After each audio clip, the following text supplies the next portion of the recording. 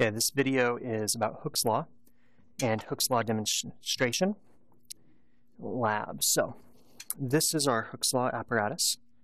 There's a spring and a mass holder and then a ruler that measures centimeters in the back. We also have some masses, and each mass is 100 grams. Okay, so we first zero our scale, so we have to get down.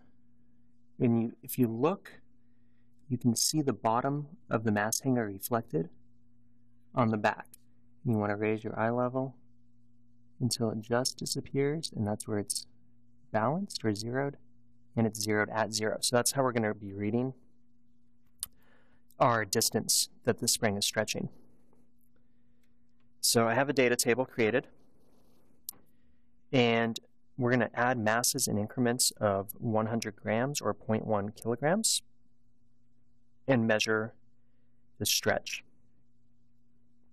Okay, so our first mass goes in.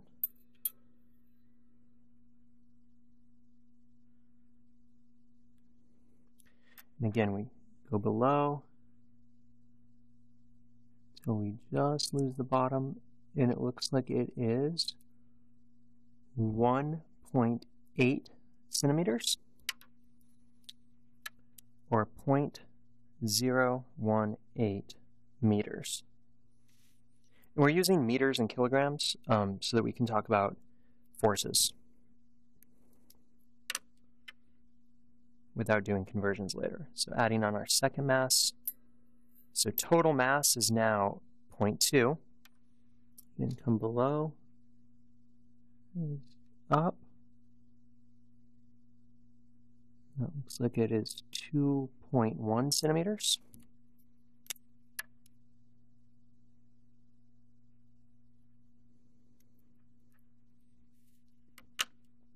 Adding on the third mass.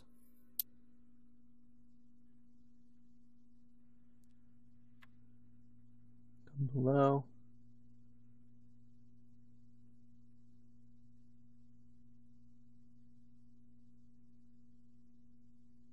.9.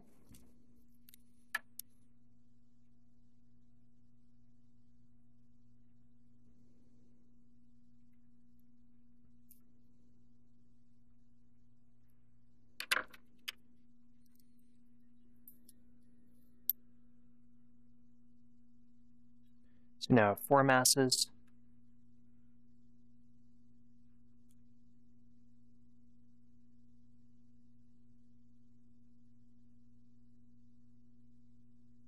That is 5.2.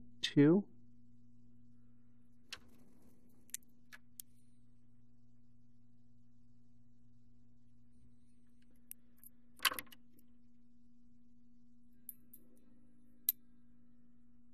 can see that each mass, the spring is stretching farther. And that's what we're measuring.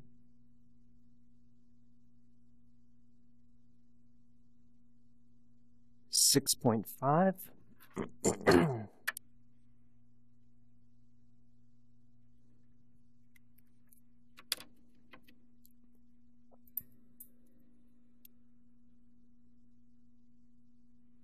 So now I have 6 masses.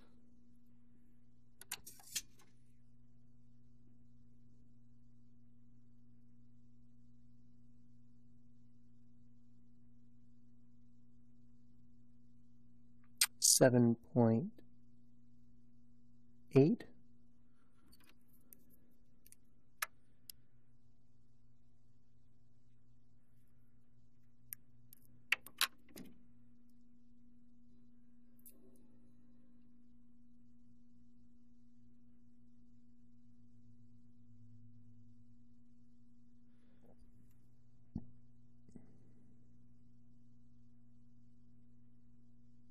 .1.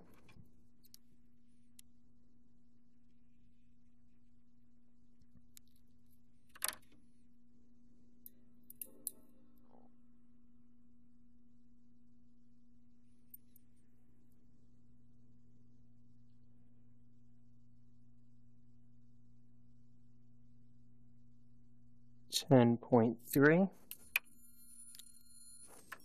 That's my tie.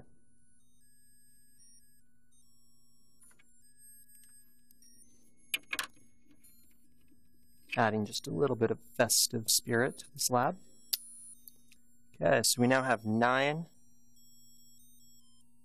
masses, or 0.9 kilograms.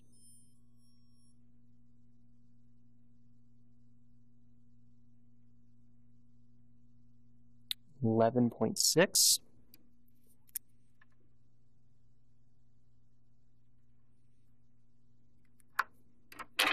And our final mass,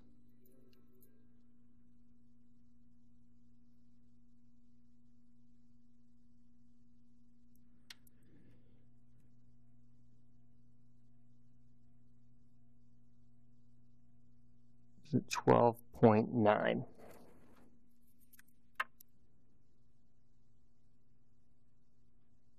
Okay, so here's our data table. So copy that down. So pause the video, copy the data table down, because I'm going to ask you to plot this data. Okay. Now, if we look at the free body diagram for the masses, we've got the force of gravity down, and we've got the spring force pulling up. And these are going to be balanced. Okay. So our net force is going to be equal to 0. So I want you to calculate what is the spring force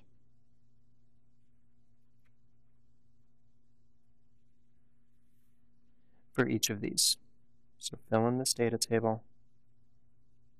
What is the spring force? Then what I want you to do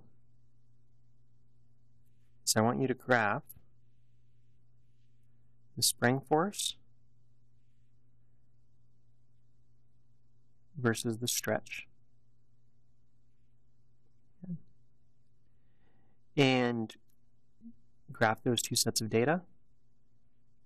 So spring force and stretch. Graph it.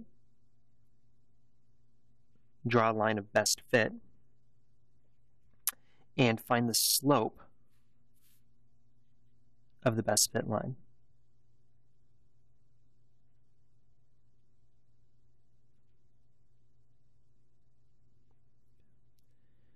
Now, as you read through Chapter 10 and watch the video dealing with springs and spring forces, hopefully you'll see the relationship between spring force, stretch, and the slope of that line. I'm going to do, as I start taking off the masses, we're going to start talking about oscillations and simple harmonic motion.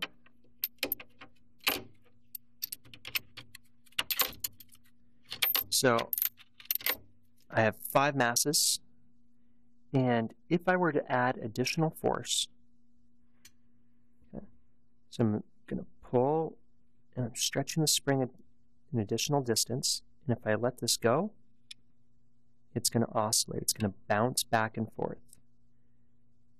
Okay. And if it's perfectly aligned, it should bounce straight up and down. That's fairly good. Now, when it's at its lowest point, we're adding energy into the spring by stretching it additionally. And then when it goes up, it's compressing the spring, and there's energy there. In the very middle, when it's at its equilibrium point, which for 0.5 kilograms was 0.065 meters, or 6.5 centimeters, that's when it has its most kinetic energy. So if we look at this oscillation,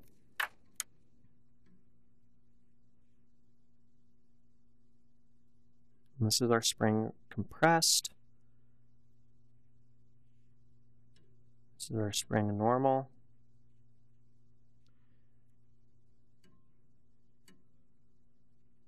and this is our spring stretched. We have the most potential energy due to a spring when it's stretched and compressed, and when it goes through the middle, it has all kinetic. Okay, so this is that oscillation, the simple harmonic motion, and it is still bouncing, as you can see. Okay, so again, that's going to be chapter 10. Watch the videos that go with chapter 10, read the chapter, and I will see you after break. Be safe.